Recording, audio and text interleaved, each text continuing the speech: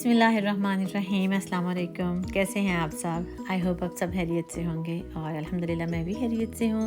और आप लोगों का जुमा आई होप अच्छा जा रहा होगा। मेरी तरफ से आप लोगों को जुमा मुबारक। और आज मैं आप लोगों के साथ कोई वीडियो शेयर नहीं कर रही, मेरा मतलब है वीडियो तो शेयर कर रही हूँ, कोई व्लॉग शेयर नहीं कर रही। मैं आज आप लोगों के साथ एक रेसिपी शेयर कर रही हूँ। वाइट चिकन कढ़ाई की रेसिपी है और ये बहुत मज़े की चिकन कढ़ाई बनती है। जिस दिन स्नो हुई थी मैंने उस दिन बनाई थी और मैंने उस व्लॉग में आप लोगों को बताया था कि मैं आप लोगों के साथ ये शेयर करूँगी इसकी रेसिपी।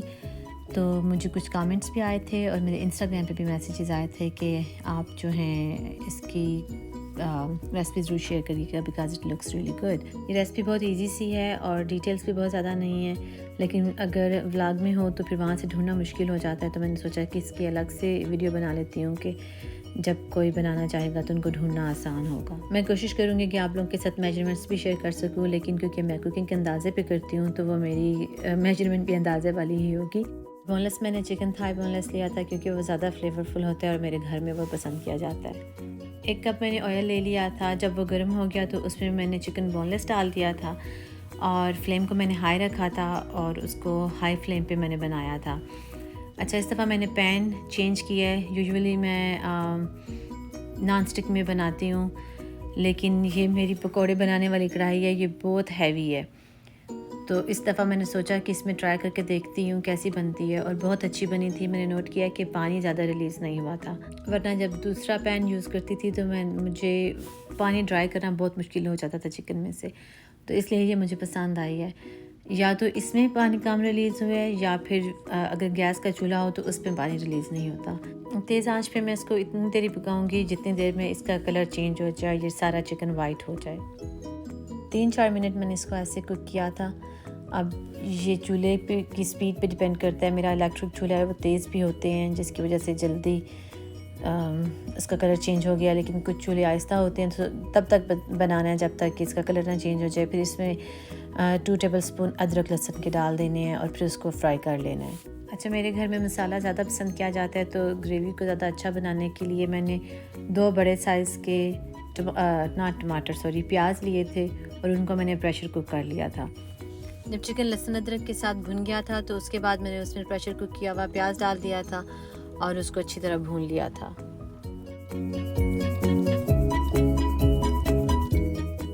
अभी पानी फुली ड्राई नहीं हुआ था तो उसमें मैंने मसाले डाल दिए थे।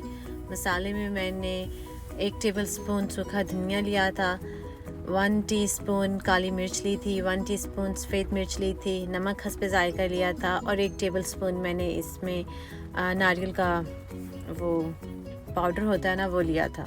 मसाले डालने के बाद थोड़ी देर मैंने इसको और कुक कर लिया था और थ्रू आउट मेरा फ्लेम हाई था। चिकन को गलाने के लिए कोई बहुत मेहनत नहीं करनी पड़ती, वो खुद ही बेचारी गल जाती है।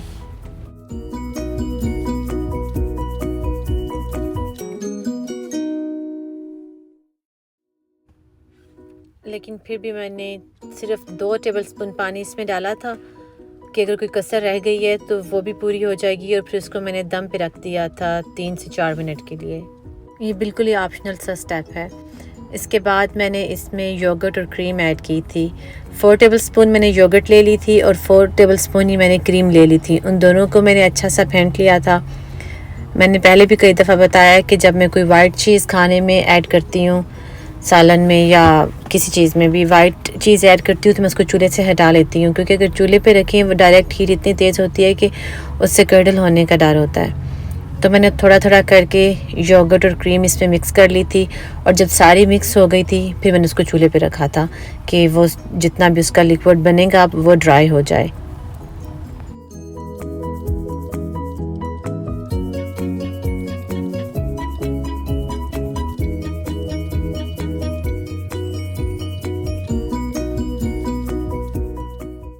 तीन से 4 मिनट पकाने के बाद ये सारा लिक्विड ड्राई हो गया था तो उसमें मैंने जूलियन कट अदरक डाल दी थी और सब्ज़ मिर्चें डाल दी थी और इन दोनों को डाल के 2-3 मिनट भून लिया था।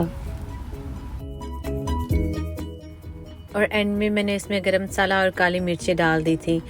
अच्छा, पहले मैंने जब मसाला डाला था तो मैंने आप लोगों से कहा था कि काली मिर्च मैंने डाली है, वो मैंने गलती से कहा था, वो काली मिर्च नहीं थी, वो मैंने कहना था मैंने पिसा हुआ ज़ीरा डाला था। काली मिर्च अगर पहले डाल दें तो वो ब्लैक हो जाता है। तो मैं काली मिर्च कभी भी पहले नहीं डालती। मैं नॉर्मल भी जब भी जो भी हांडी बनाती हूँ या चावल वगैरह जिसमें भी डालनी हो तो मैं एंड में डालती हूँ। तो पहले जो मैंने कहा है वो ज़ीरा था, ये काली मिर्च है। और बस वाइट चिकन कढ़ाई रेडी है। ये बहुत मज़े की बनती है।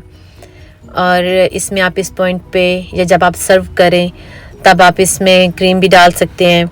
मैंने जब इसको दोबारा गर्म किया था तो मैंने इसमें थोड़ा सा दूध ऐड कर दिया था, उससे ग्रेवी ज़्यादा अच्छी बन गई थी या बन जाती है।